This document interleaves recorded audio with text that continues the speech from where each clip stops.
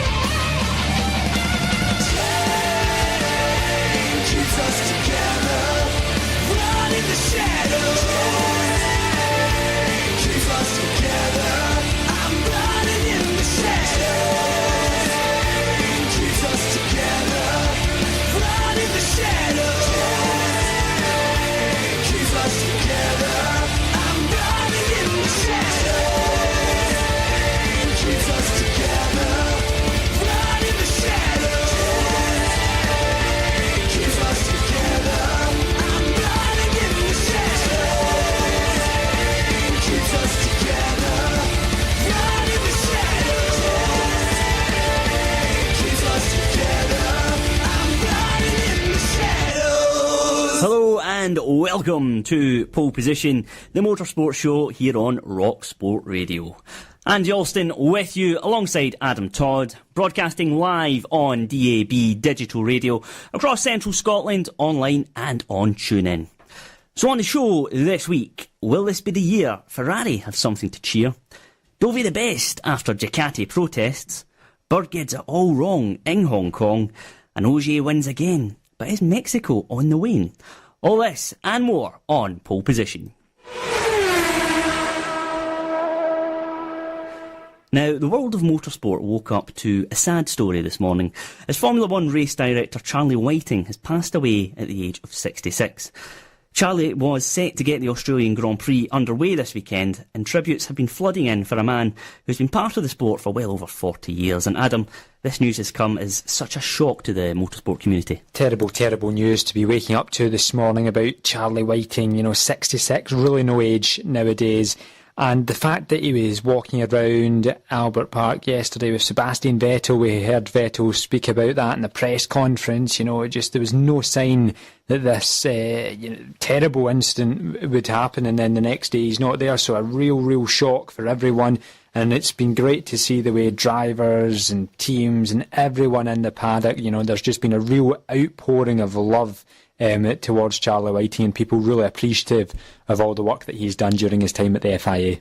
Now, Charlie was held in high regard by his peers, and let's look back at his life and his achievements by speaking to Stuart Codling from F1 Racing. And Stuart, this is a man who's done so much to improve safety in motorsport, and he's been part of the furniture in Formula One as well for so many years. Yeah, it's very difficult to overstate the contribution that Charlie Whiting's made to every single aspect of Formula One's operations over the past 3 decades. Everything from the safety that the drivers take for granted on the circuit to small matters like the champagne corks not being fully in when they uncork them on the podium, so that they're not left looking like a Wally on live TV struggling to get the thing out. So he's taken care of so much. He's made Formula One look and feel so much more professional, and he's acted as a bit of a lightning conductor rod at times for safety improvements that haven't necessarily been very popular, the most recent being the halo. But if you look at what happened to Charles Leclerc at the first corner of the Belgian Grand Prix last year, it was a possible life-saving event, certainly saved him from serious injury. Absolutely, and Stuart, it's one of those roles where he's almost like the referee in Formula One in some respects, maybe not necessarily making decisions that drivers agree with at times, but ultimately the role he played behind the scenes over so many years was absolutely pivotal. So how do you think he will be best remembered? Well, people will remember, they'll remember and laugh the time when Sebastian Vettel did an expletive fueled rant about him at the end of the Mexican Grand Prix when he disagreed with one of his decisions. I think certainly people within the sport will remember a guy who held many jobs. He discharged them very, very well, but always had time for you. If you had a question, you could email him, despite him having 5 or 6 different functions. If you had a question about anything to do with any aspect of the sport, you could email him and you would get a reasoned, well-argued response that set you straight. And I think all the stakeholders in Formula One, the teams as well, will remember very fondly someone who treated them all very fairly and who they held immense trust for. Hi Stuart, Adam here. Terrible news about Charlie Whiting.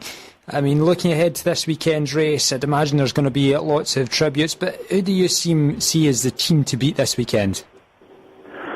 Well, I think Ferrari's probably going to be the team to beat this weekend going on testing form. Their car's been very, very quick, and obviously you can't necessarily go on the headline times cars set in testing because each team was running different programs, different fuel levels, different tyre types.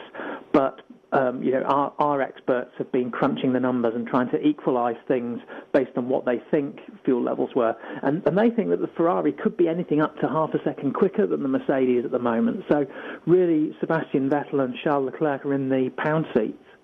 And how do you think Ferrari will go about managing their two drivers in Vettel and Leclerc? Because it will be key for Ferrari to have a strong start if they are to fight for the title. Because you mentioned there that they could very well be half a second in front. But we saw in the past 2 years that in the second half of the year it's not been their strongest suit. So they really do need a strong start. Because I suppose the worry for Ferrari could be that Vettel and Leclerc could potentially take points off each other. Whereas at Mercedes, you've got Lewis Hamilton, who is the number one driver. Yeah, we can't really look to past years as an indicator here, can we? Because Ferrari have got a new man in charge.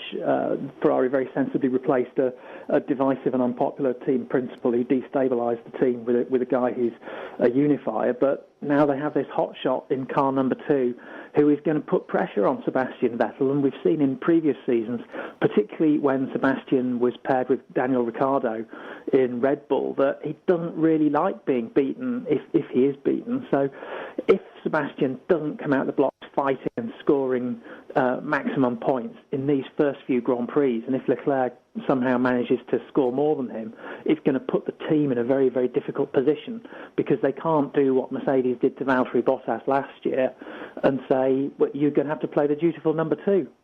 And just on the subject of Valtteri Bottas, he's a driver that comes into this season under pressure. How much does he need a strong start to the year, especially when Esteban Ocon is now the reserve driver at Mercedes? Yeah, when you're in his position, the last thing you need is someone who's being teed up as a potential replacement for you, hanging around in the garage. And basically that's going to be the story of Valtteri Bottas' life this season. So really he needs to knuckle down and maximise every opportunity he gets. He's not a slow driver. He's just, I don't know, he's one of these people that bad things happen to. I was on a Petronas press conference in their base in Italy a couple of weeks ago, and they set us on this pit stop challenge. So I was on the front right wheel with a guy from the Sun changing the wheels and Lewis Hamilton on the wheel gun. And on the left front there was Valtteri on the wheel gun and a couple of other VIPs or press people. And we managed to change our tyre incredibly quickly, stood back, and I caught this little look in Lewis's eye. He looked a little bit sort of pleased and amused by something. And so I looked to my left and saw Valtteri really, really struggling to attach the wheel nut to his replaced wheel. And that's kind of the story of his career at Mercedes. He just, no matter how hard he tries, something seems to go wrong for him, and Lewis Hamilton ends up on top. Stuart, there's been so much talk around Red Bull's switch to Honda power for this year. What do you think their target will be going into this weekend? Well, they definitely want to do well, because all Formula One teams do. The very interesting thing about Red Bull is that they had an update to the car scheduled for China, and they've knuckled down and managed to get it ready for this weekend. So whatever they bring, it's going to be really, really interesting. They've talked up the Honda engine. Honda seem pretty confident, But at the same time, during testing, there was a feeling that they'd maybe been too aggressive with the packaging of that car around the engine, and that the power unit as a whole was struggling for cooling, and they were going to have to turn it down a little bit. So really, all bets are off. We might find Red Bull coming into this weekend looking much stronger than they were in testing. And Daniel Ricciardo, of course, left Red Bull to switch to Renault for 2019. He's going to make his debut for the team in front of his home crowd this weekend. Do you get the impression that Ricciardo's maybe playing the long game with that switch? And what's your thoughts on Nico Hülkenberg in that car as well? Lots of people saying this is his real time to shine in that team. Yeah, for Hülkenberg, it's been 10 or 11 long years in Formula One, always seeming to make the wrong switch at the wrong time, swapping teams just when the team he was with is going up and the team he's about to join is going down. Renault, he's been playing quite a long game there, because Renault have bought that team when it's been starved of investment for so many years. They've been adding a lot of resource. Hopefully they've been adding it in the right places. So this year they're hoping to sort of build on where they finished last season, which was fourth best, but still with quite a margin to the three teams in front. He's a man who's very quick on his day. He sometimes struggles when the tyres are going through that thermal degradation phase, when they've done a lot of work. And that, conversely, is Ricciardo's skill set. He can really, really make a car work when the tyres are in trouble. He can eat those tyres out where other drivers are wanting to get rid of them and come into the pits no matter what the cost. So it's going to be very interesting to see how the balance of power shifts between them this season. But yeah, Daniel Ricciardo, like anyone, wants to win the World Championship, and he'll be aware that he's not as young as he used to be, and he really needs to make an impression in these first two seasons with Renault. Stuart, Haas are one of the few teams to keep their driver lineup going into this season. Of course, they were on course for a very strong result at this race back in 2018. Do you think this could be the year where they begin to challenge the front runners on a more regular basis? Yeah, Haas have really demonstrated the strength of the alternative model of racing in Formula One, which is not actually designing much of your own car, but buying in as much of it as you can from another supplier through a technical partnership, in their case with Ferrari. So they just design a few of the aerodynamic surfaces. They do the absolute minimum. The car is then built by Dallara in Italy, and they stick it together in a factory in the UK. So it's a very multinational organisation. They've shown a lot of faith in their drivers, which I think is kind of right. They're both quick. Romain Grosjean occasionally sort of has these weird moments where he does weird stuff. But we also saw sometimes last year when Haas dropped the ball. I mean, if anyone who's seen the excellent series of Netflix documentaries inside Formula One will have seen that very first episode, Haas absolutely go to pieces when two new crew members on the front left fail to put the wheels on properly, and the wheels literally fall off their challenge, and it goes hideously wrong for them. And they were a team that really should have been challenging for that fourth place spot, and ended up not doing so because they spent so many races early in the season just losing point scoring opportunities. Stuart, to say it's been a tough few years for McLaren would be a massive understatement. What would you class as success for them this season? Not coming last would be a success. Last year they had this terrible problem where they'd got rid of Honda and thought that would be the answer to all their ills. They were telling people that they had one of the fastest cars and it was only saddled by having a terrible engine. And then, of course, what happens? The first test, they lose track time. The new engine's not quite integrated right, so they're not able to bring the upgrades forward to the Australian Grand Prix that they hoped to. And they were just in a world of pain. And I think really Fernando Alonso's excellent performances last year really, really flattered them. So they could be in a position where this year they have a rookie in Lando Norris who's highly rated, but he only won one race in Formula 2 last year. And Carlos Sainz, who also very, very good driver on his day, but someone who perhaps not quite out of the top draw where Fernando Alonso is. So will those two drivers be able to overperform in a weak car? Or, well, certainly McLaren fans will hope that McLaren have conquered at least a few of their demons and designed a half-decent car for the first time in about 6 or 7 seasons. And Force India, Racing Point, as they're now known, they've also had a difficult time recently behind the scenes. How do you see things shaping up there? I think they're not going to be at their strongest to begin with this season because, as you said, last year they, in effect, pretty much went bust. A consortium led by Lawrence Stroll bought them out. They had to forfeit the points they'd scored up until the Belgian Grand Prix. So they're in a position where they couldn't afford to develop their car very much during last season. At the point where they should have been developing their car for this season, they had no money to do it. So, and also because they didn't score that many points over the final few races of last season, they didn't get that much in terms of the prize fund.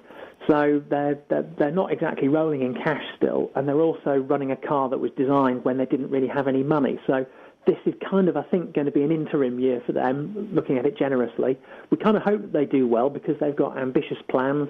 They're about to lodge planning permission for an entirely new factory on their site. So the good story with them is that they have an ownership structure in place that is really, really ambitious and isn't just willing to muddle along.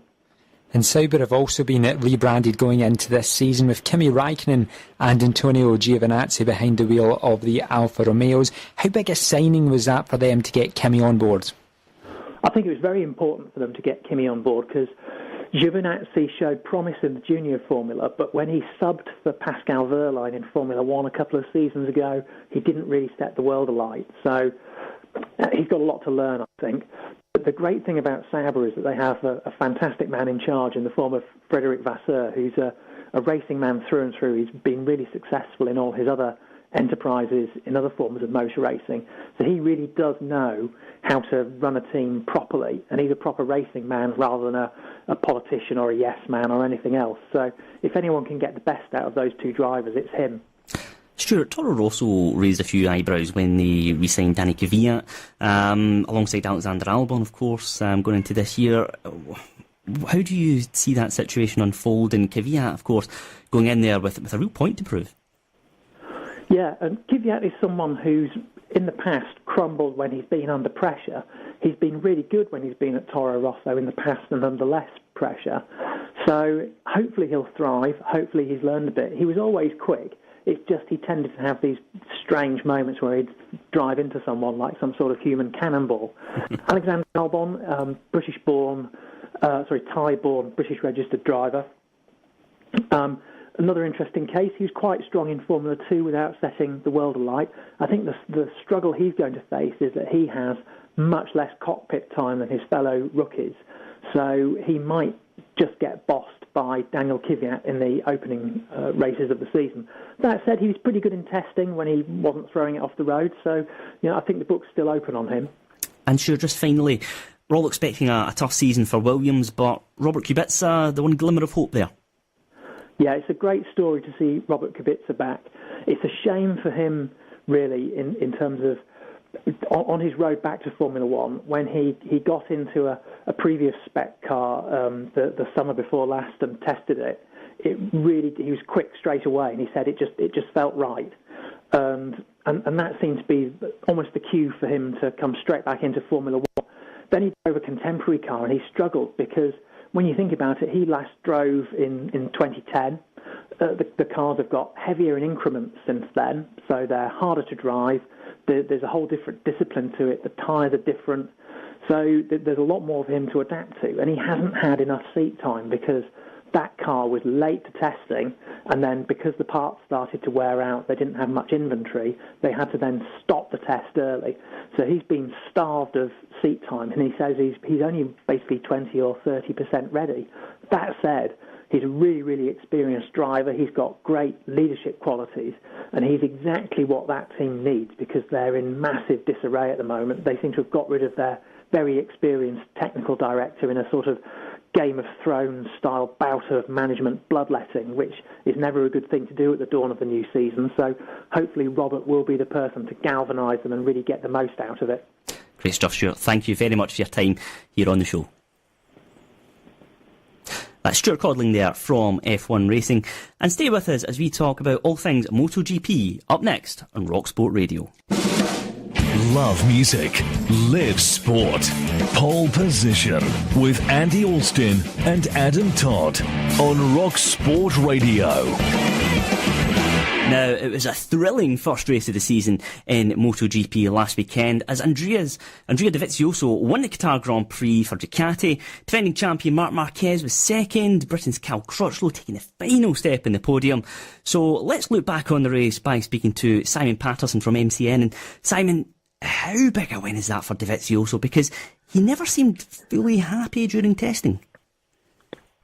Yeah, it came as something of a surprise to everybody, I think, including Andrea. Like you said, he never quite put it all together during testing. He never really seemed comfortable. He never really seemed... He had pace for one lap, but he never really had pace over a race distance. So he delivered a bit of a blinder come Sunday night, actually. I think he surprised a few people, especially Marc Marquez, whenever it came to the final corner, and suddenly Dovey was duffing it up the inside of him. And Simon, a number of teams lodging protests against Ducati's rear tyre winglet after the race. What's the story there? That one's still rumbling on. So directly after the race on Sunday night, we had four teams, Suzuki, KTM, Aprilia and Honda, lodge protests about a new... Well, there's a debate about what exactly it is that Ducati have fitted to the bike. They tried it out during testing. They say it's designed to direct airflow back under the rear tyre and to cool the rear tyre. The other teams say that it's against the rules because it's actually an aerodynamic device that's creating downforce for the rear swing arm. And that's kind of where the debate is right now on whether or not it is legal.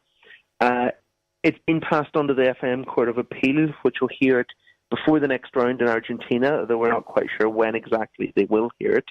And it seems that the argument that the two teams, or the two sides are making is really one, not necessarily looking to have the other disqualified or to take their points off them, but more to get some clarification from the organisers on what exactly the rules will allow them to do. I think the other four teams felt a bit backed up against a wall and went for the nuclear option in lodging a protest, and that's why we've got to this stage. It's not that they want to take away Dobby's win. In fact, Marquez was, almost apologetic in the press conference after the race that it had happened, because I think he didn't really know that it was coming, and it sort of tricked him up a little bit after such a good race with Andrea. It wasn't really the way he wanted the weekend to end. Hi Simon, Adam here. On the subject of Marc Marquez, second consecutive year he finished behind Dovizioso in Qatar, but will he be happy with that because Losail isn't the strongest track for him or Honda? Yeah, I think Marc will be very happy with that. It's, like you say, it's not somewhere he's ever been particularly fast. It's not somewhere that he was expected to be fast this year because he started the season recovering from injury, going under the knife for what should have been a fairly routine surgery back in December that actually ended up being quite a bit more serious and meant that he spent most of the winter break not being able to ride motorbikes or to train. So all in all, he's been in a bit of a back foot. They didn't have a great test either, which didn't help confidence at Qatar. So, yeah, I think he's going to come away pleased with second place. He knows he's got some good solid points on the board, and he knows that at the next two circuits especially, he should be stronger than Dovizioso to be able to pull a bit of a title lead back again. And Simon, Cal Crutchlow finished a sensational third. Just put into context how big an achievement that is after his horrific crash in Phillip Island ended his season early last year. It's remarkable, to be honest. From where Cal was only 3 months ago to be back on the podium is nothing short of miraculous. He had that huge crash in Phillip Island back in late October, 120 miles an hour, broke his ankle in sort of 6 different places, and was told at the time that the recovery time would be most likely 12 months if he was ever to make a full recovery at all. He absolutely worked hard over the winter. He worked harder over the winter than I think I've ever seen any racer work to recover. I know that we say, we like to sort of say that they tried 110%, but I think Cal is the prime example of what is possible whenever you really dig deep. He admitted after the race that as recently as 2 weeks ago, just after the test in Qatar, his crew chief emailed him one day to say, look, if we take home some points, we can have a good solid start to the season. We can look at, maybe getting back onto the podium by the middle of the season or the end of the season. So to come out already in third place after the first race has completely shook up his priorities for the year, his targets for the year, but in the best possible way. Yeah, it was certainly fantastic to see Cal on the podium. Going into the season, many were expecting Yamaha to be more competitive than last season. Last season, of course, it was dreadful, and it took them until Phillip Island before getting the first win of the season. Maverick Vinales took pole in Qatar but faded in the race. Well, a strong performance from Valentino Rossi from 14th to 5th on Sunday. How would you sum up their weekend? It's very, very difficult to understand where Yamaha is at the minute. Vinales seems to be able to do one lap without much problem. He seems to be able to go out and do laps whenever there's no one else around him without much of a problem. But it seems like whenever he's in a group, whenever he's at the start of a race with a full tank of fuel and the bike's quite a bit heavy, he just can't make it work. Whereas Valentino is the opposite. He's the perfect Sunday man. We saw him struggle all the way through the Qatar test, struggle all the way through the weekend, take an absolutely terrible qualifying position at 14th. Then we get to Sunday morning, the lights go out, and suddenly he's back to the old Valentino, and he puts together a normal fighting performance. But while it was a strong performance, it wasn't a win. It wasn't a podium. And I think they'll leave unhappy with where they are. The Qatar circuit is one that suits the Yamaha. So to only manage the sort of the fifth that he managed there, it doesn't bode well that they've actually got anywhere with fixing the problems that they've been struggling with now for 2 years with corner exit, acceleration and rear tyre life. And the one rider, Simon, that everyone was talking about was Jorge Lorenzo. He had his first race weekend as a Honda rider. Didn't go to plan after crashing on Saturday. However, he did manage to score some points, finishing in 13th on Sunday. What did you make of his first weekend as a Honda rider, and were there signs prior to the crash that he could be competitive against Marquez, and how is he adapting to the Honda bike? He's adapting to the Honda surprisingly quickly, actually. We know from experience, whenever he made the move to Ducati, that it took him quite a while to adapt. But a lot of people seem to think that the process of moving to Ducati, of being an underdog for a few years, of getting beaten every weekend, has actually made him a more rounded character. It's made him a better rider. It's made him more in tune with what he's doing on the bike. So he seems to be making the adaptation to Honda quicker than we expected. The big problem that Lorenzo has had now is that it's essentially been nearly 7 months since we've seen him on a MotoGP bike uninjured. He crashed back in early September at Aragon. He bashed himself up. He cracked his wrist. He came back a month later in Thailand. He crashed again whenever the gearbox locked up in the bike. He ended up battered again. He was just getting back to full fitness before the start of the season. He had a training crash. He broke his wrist again. And then just whenever we thought he was getting back onto form again, he had a big crash on Saturday during free practice. He struggled through the rest of the weekend, but he eventually announced on Monday after the race that it turned out that he'd cracked 3 ribs in that. So he's not riding at full fitness still. So I think we're going to have to wait another few rounds to really get a measure of where he is versus the opposition and versus Mark, his new teammate. Probably not next weekend in Argentina, but the weekend after that in Austin in Texas, a track where Mark has been unbeaten as long as he's been in MotoGP, will maybe be a bit of a telling weekend for Lorenzo. He should be back to almost full fitness by then, and how close he is to Mark at the end of the race could be an important measure for where he's at overall. And Simon, just finally, second round of the World Superbikes Championship this weekend in Thailand. Great start to Alvaro Bautista's campaign in Phillip Island. How do you see things unfolding this weekend? I think we had an interesting weekend first time out in Phillip Island. Bautista came out, annihilated the sort of the established World Superbike field, and 4-time champion Jonathan Rea on the new V4 Ducati. But a lot of people put it down to Phillip Island being a bit of a weird place, which it is. It's a strange circuit. It produces strange results every year. We go to Thailand this weekend to the Buriram circuit, and I think it's another weekend where it should play to Batista's strengths as well. The circuit is long, straight, slow corners, and what we saw on Phillip Island was that the bike is really, really fast, and that Batista can really, really work on his corner exit and really get to that speed really quickly. So it should suit him this weekend, but whether or not it's going to tell us anything more about how the championship is going to play out once they arrive in Europe, I think we won't make any conclusions just yet. Great stuff, Simon. Thank you very much for your time here on Pole Position. That's Simon Patterson from MCN there speaking to us on Rock Sport Radio.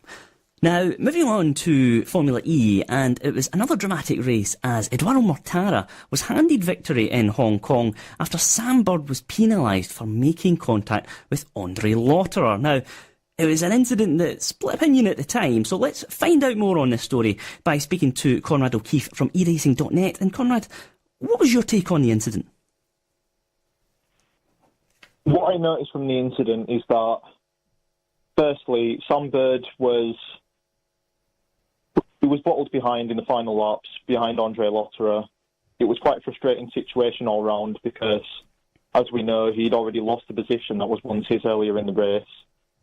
That put him on quite a lot of pressure, and given Virgin Racing's standing in the championship, the pressure was on him rather than Andre, who, while Techeetah had been underperforming, is already cut adrift in the championship fight and is already starting to settle into more of a background role. And Conrad, you know, Mortara's of course really been handed and inherited that one in some respect, but you know, fair play to him. You look at the championship standings, he's right up there now. He's fourth on 52 points, just 2 points now behind the overall leader, Sam Bird. Yeah, it's definitely been a good season so far for Virgin, and I don't think it'll derail his season for Sam Bird because he's a mentally resilient character, that's for certain. And one thing that I'd like to stress is that's not exactly the kind of racing that we see from Sam. The sort of he might have picked up a bit of a reputation in some people's eyes that, you know, through new watchers to the series, that it might be a bit of a bump job, but it's not.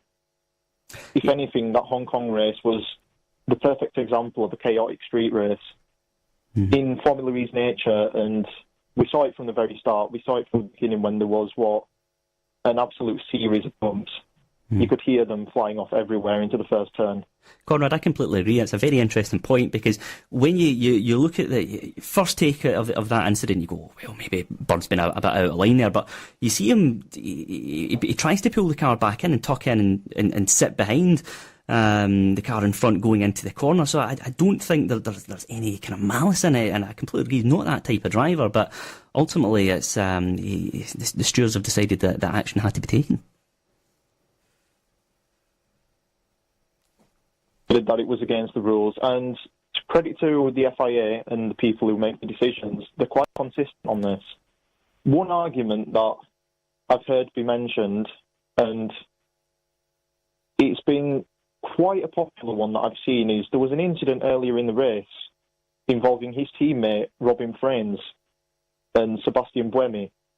As we saw, Robin Fraines got involved in some pretty heavy contact down into the chicane with Buemi, which put Buemi out of the race. But people have been saying, well, how comes he's gotten away without a penalty? Is it the consequence matters more than the action? But I wouldn't say so. If anything, that's more of an outlier because they're trying to regulate where they can. Because it's street circuit racing, it can quite easily get out of hand. Hi Conrad. One driver I want to get your thoughts on is Felipe Massa. He finished fifth, which is his best result in the championship to date. Is that a sign that he's adapting to the different driving style that's required? I think that he's doing a fairly good job overall, considering it's his rookie season, even though there's a lot of pressure around him because of everything that he's managed to achieve in Formula One with Ferrari, with Williams. And it's no it's no real shame against him that Eduardo Mortara, who was a very capable driver in himself, is managing to outdo him. But in the race particularly, he was a bit off the pace, it has to be said, but his racecraft seems to be really impressive. From Adbiria onwards, one of his main criticisms in Formula One was his racecraft, and it has been absolutely astounding compared to most other drivers, I reckon, in this season so far. But that Venturi is a pretty difficult car to get to grips with, and it's quite inconsistent, as we've seen. So it's a matter of who can get the maximum result out of it on a certain day will probably get a big advantage going on into the championship, and this is one of Venturi's best events. Eduardo Mortara happened to have that, but it's been quite a close title fight, and I think it's also been quite a close fight in the midfield between teams so far, even within teams, and Felipe's definitely held his own. And now HWA Race Lab, they finally got their first points of the season. It's taken them a while, but they finally got them. Stoffel Van Dorn picked up 3 points for pole position before an issue with his car forced him out of the race. Gary Paffett, he finished the E-Prix in 8th. How important a race do you feel that was for the team going forward? Oh, it's absolutely crucial. HWA will feel absolutely hard done by with the races that have gone before, because Stoffel's unreliability and bad luck from 2018 with McLaren seems to have carried over. Probably feels like he's got a bad luck charm around his neck, but it's important that they get some points on the board and they can start making progress and build up speed for next season, because while this is a bedding in season, Mercedes will be coming in full time the next one. It's still fairly crucial that they get going and make sure they have some momentum to carry in, because if this season ends up with more pointless scores, then there's going to be a lot more work to do within the team and more of a negative atmosphere, you could say. Conrad, just finally, last weekend marked the 50th race in Formula E, so what's your thoughts on how the series has evolved since that first E-Prix in Beijing back in 2014? The first E-Prix in Beijing, if we go on a little story format here, it was a tale of beginnings, and you could tell that from the off. You could tell by the hesitancy of the drivers. You could tell by how apprehensive they were, even swapping into cars, and the last lap crash. And from then on, there's built a surge of confidence within the series that is absolutely infectious to this day. You look at a Gen 2 race now compared to the first season, and there is so much more confidence and so much more blood. Absolutely. Stronghold. Yeah. Conrad, that's great. Thank you very much for your time right here on Pole Position. That's Conrad O'Keefe from eracing.net speaking to us there on Rock Sport Radio. Now, moving on to the rally stage, and Sébastien Ogier took his second win of the season in Mexico, finishing ahead of Toyota's Ott Tanak, with M Sport's Elvin Evans in third place. Now, Ogier also won the power stage, which means he's just 4 points behind Tanak in the standings. So let's recap the action by speaking to rally expert David Halley. And David, you could argue that there was a touch of fortune about Ogier's win after his Citroën teammate Esteban Lapa brought out the red flags in stage 10, when Seb was of course running with that puncture. Seb swears blind that he would have lost less time running on the puncture than the nominal time that he was given. But we do have to address the elephant in the room, that at the end of last week's show, I suggested that our tips for the top would probably not be the top because we tipped them. And it was absolutely right. Neither Chris Meek nor Terry Neuville managed to win the event, and that man Ogier stuck his head above the parapet and guided himself to victory, as he is very good at doing. David, in our defence, have you been surprised by the pace of that Citroën? Yes, we've got two quality drivers in there, but Ogier taking 2 wins out of 3 has been pretty impressive. Absolutely. Having worked with him last year, we know how much of a genius he actually is behind the wheel, and that's why Citroën have paid the very big money to have him sitting in that car.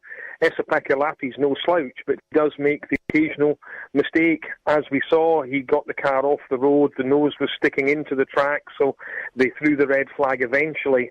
and this, in theory, allowed Sebastian to complete the stage for a nominal time when he, as you say, he had this puncture. But towards the end of the event, everybody said, well, you were lucky. And he swore blind that he would have lost less time driving on the puncture than he got from the nominal time. David, let's go back to the beginning of the event, because we had the problems with this artificial jump causing absolute carnage. Could you just describe what went on there and the implications that had? Because the FIA have said that they're going to have to clamp down on artificial jumps as a result of this. This raised its head last year as well. The organisers seem to have this bright idea that rally cars look good in the air, and they like them in the air as much as possible. Now, this stage, the opening stage of the event, is on tarmac and stone and old bits of city, and they built a very sort of Heath Robinson ramp idea that the cars were supposed to leap over. And the cars are hitting it so hard that they broke the ramp. And there was a great danger of a car coming off the ramp strangely and ending up in a huge crowd, which would do the sport no good at all.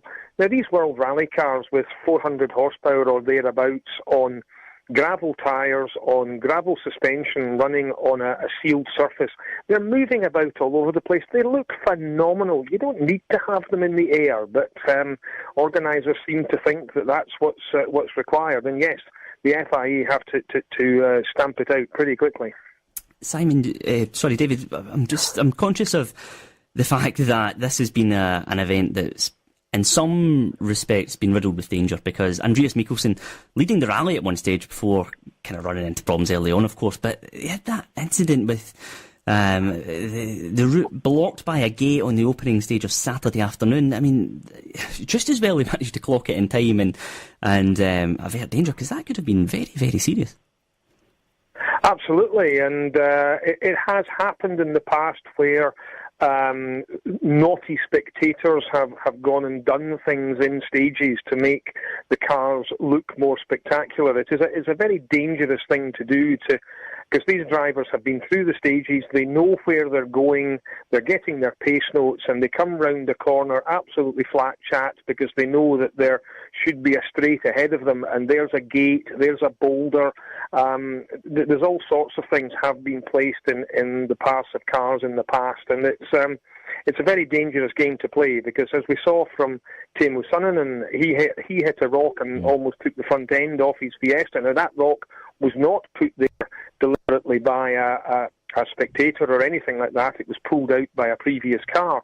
But when you're absolutely on the limit in these cars, you cannot make an adjustment to your line in a corner. You're in that corner, you've committed to that corner, and you're taking that corner as fast as you possibly can.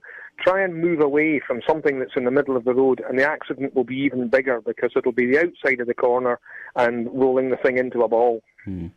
David, we spoke on the show last week about the importance of this event for Elfyn Evans, and he put in a strong performance to finish third for M Sport. Maybe should have finished second, but a very, very timely podium I felt for him last weekend.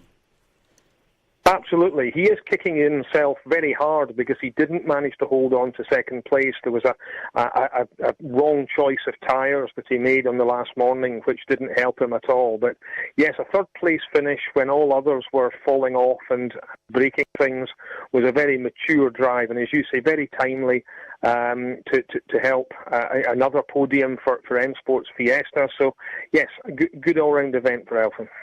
David, there's been a bit of talk this week that Hyundai are looking at making some improvements to their i20. A couple of jokers being used for part of that as well. Do you think that they're a little bit off the pace at the moment? Because I backed Neuville last weekend. I thought he's due a good result, but I just get the impression that Hyundai are lacking in something compared to the other manufacturers. I think so. He was, again, guilty, as he often is, of overdriving the car last weekend. The car wasn't doing what he wanted it to do, so he was forcing the car down the road, and that leads to mistakes, that leads to things breaking, not helped by the other two cars having technical issues as well. Not a great event for Hyundai at all, and they're lying third in the Manufacturers' Championship, well ahead of M Sport as would be expected with the backing they've got, but well off the pace of the other two. They're going to have to do something. David, we've got some Scottish action to look forward to this weekend with the first round of the Scottish Rally Championship, the Border Counties Rally. Just give us a little flavour as to what we can expect there. This is, because of where it is in the borders, the Scottish regulars will all be out to enjoy themselves and compete very hard in the forest and the borders. And because it is the borders, some of the English drivers come up to join in the fun too. Cracking event in the forests, and yes, if anybody's in the area, well worth getting themselves along to and having a look at. And David, one man who won't be taking part in the event, David Bogie, because he's in action in the British Rally Championship in Cork. How do you think he'll get on there?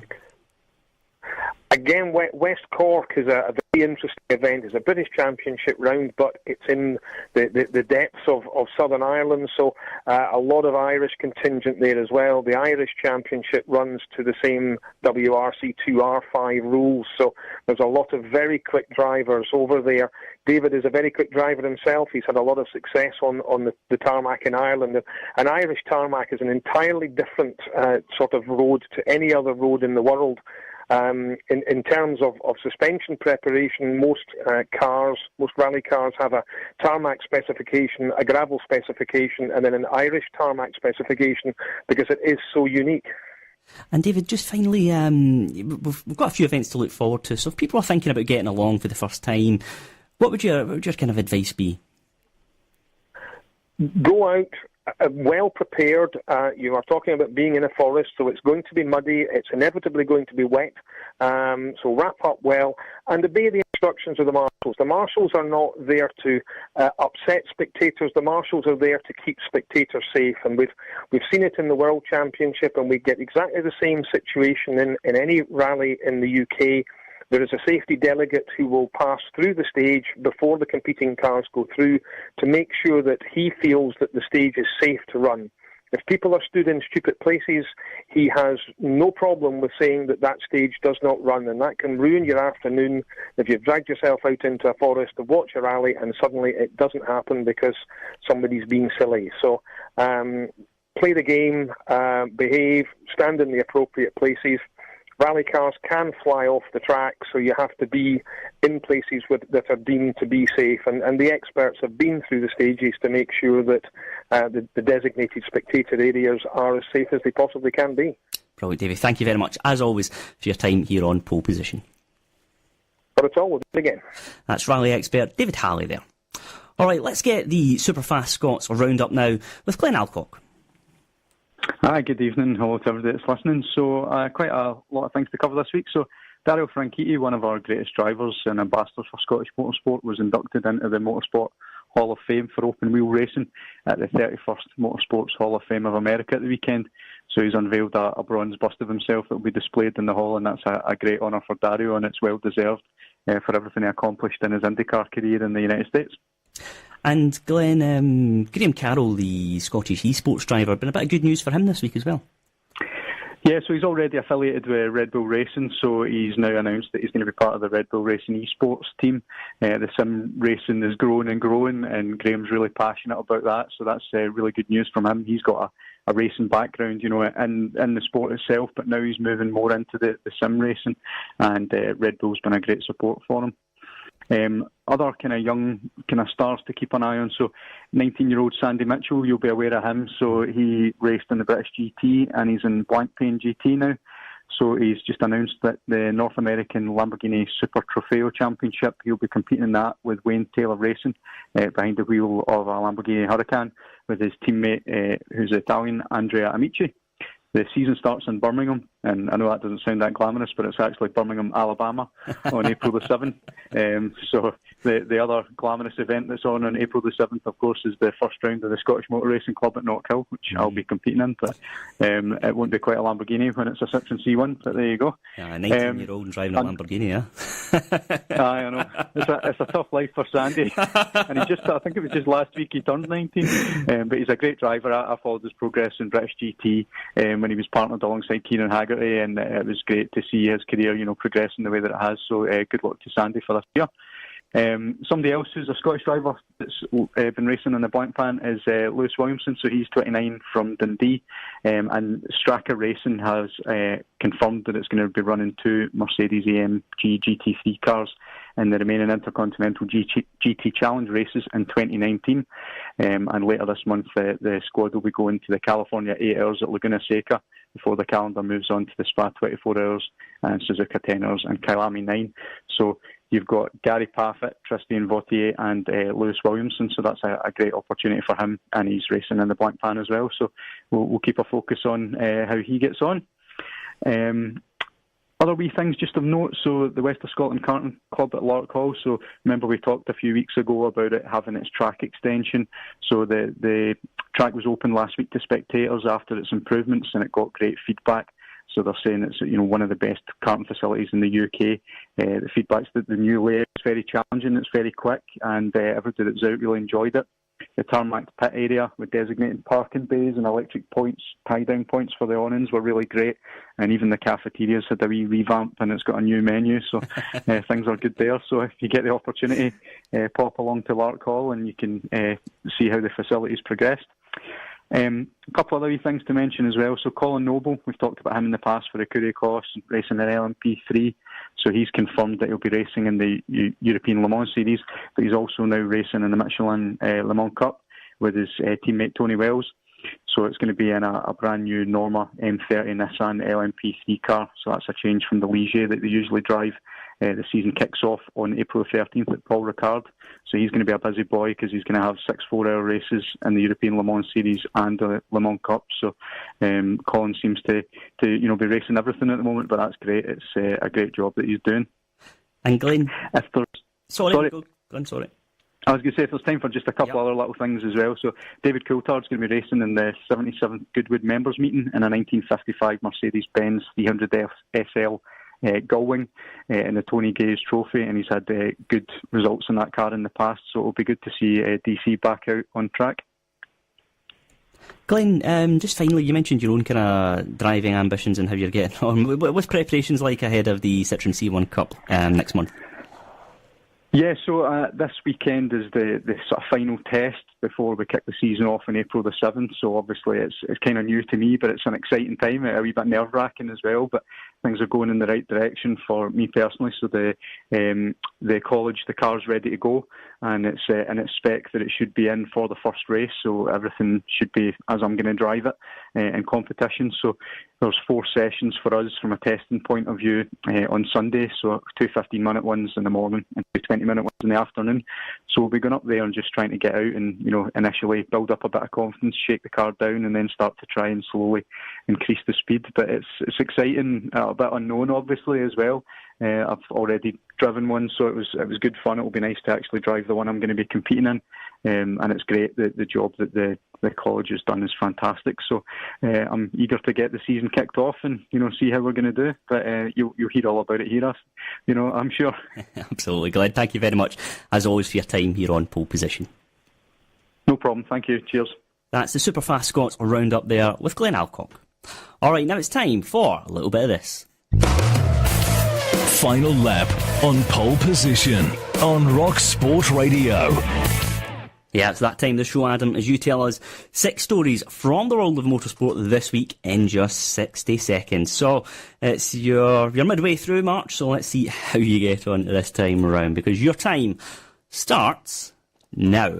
The inaugural season of Moto E will go ahead despite all bikes being lost after a fire in the Ref paddock. The series will miss its opening round of the season in Spain, with Le Mans in France rumoured to be the new season opener.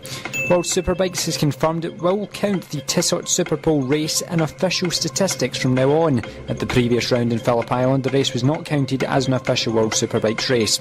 Renault F1 driver Daniel Ricciardo got his first taste of a fully fledged Australian supercar for the first time on Wednesday. The Aussie took part in a Castro sponsorship event at Calder Park as he got behind the wheel of Rick Kelly's Nissan supercar. Sauber have announced that Marcus Ericsson will be the reserve driver for this weekend's Australian Grand Prix. The Swede now competes in IndyCar after losing his full-time seat with the F1 team. Two-time F1 world champion Fernando Alonso has launched a new esports team that will include British Formula 3 driver Jamie Chadwick. Staying with the Spaniard, he may not be on the grid this weekend in Australia, but he will have a chance of victory with his Toyota team at the latest round of the World Endurance Championship in Sebring, which is this weekend. Oh, Adam, I don't know if that one counts because one of the stories, Marcus Ericsson for Sauber. Yes. Sauber. Alfa Romeo. Oh, of course, yeah. Dearie me. Basic rookie error, that is. I think that's a disqualification. That is. Dearie me. Adam, just staying with the Australian Grand Prix finally to wrap up. My predictions on the show this year have been... just very quickly, in my defence, it's still the Sauber Light website, and they're still involved, Sauber Motorsport, but yeah, cool. Alfa Romeo. Cool. Alfa Romeo. What's the official team entrance name going in as? Alfa Romeo. Thanks very much. Right, finally, last one. Who's going to win it this weekend? Sebastian Vettel. Alright, I'm going for Charles Leclerc. So let's see how we get on next week with those predictions. Love music, live sport. Pole Position with Andy Alston and Adam Todd on Rock Sport Radio.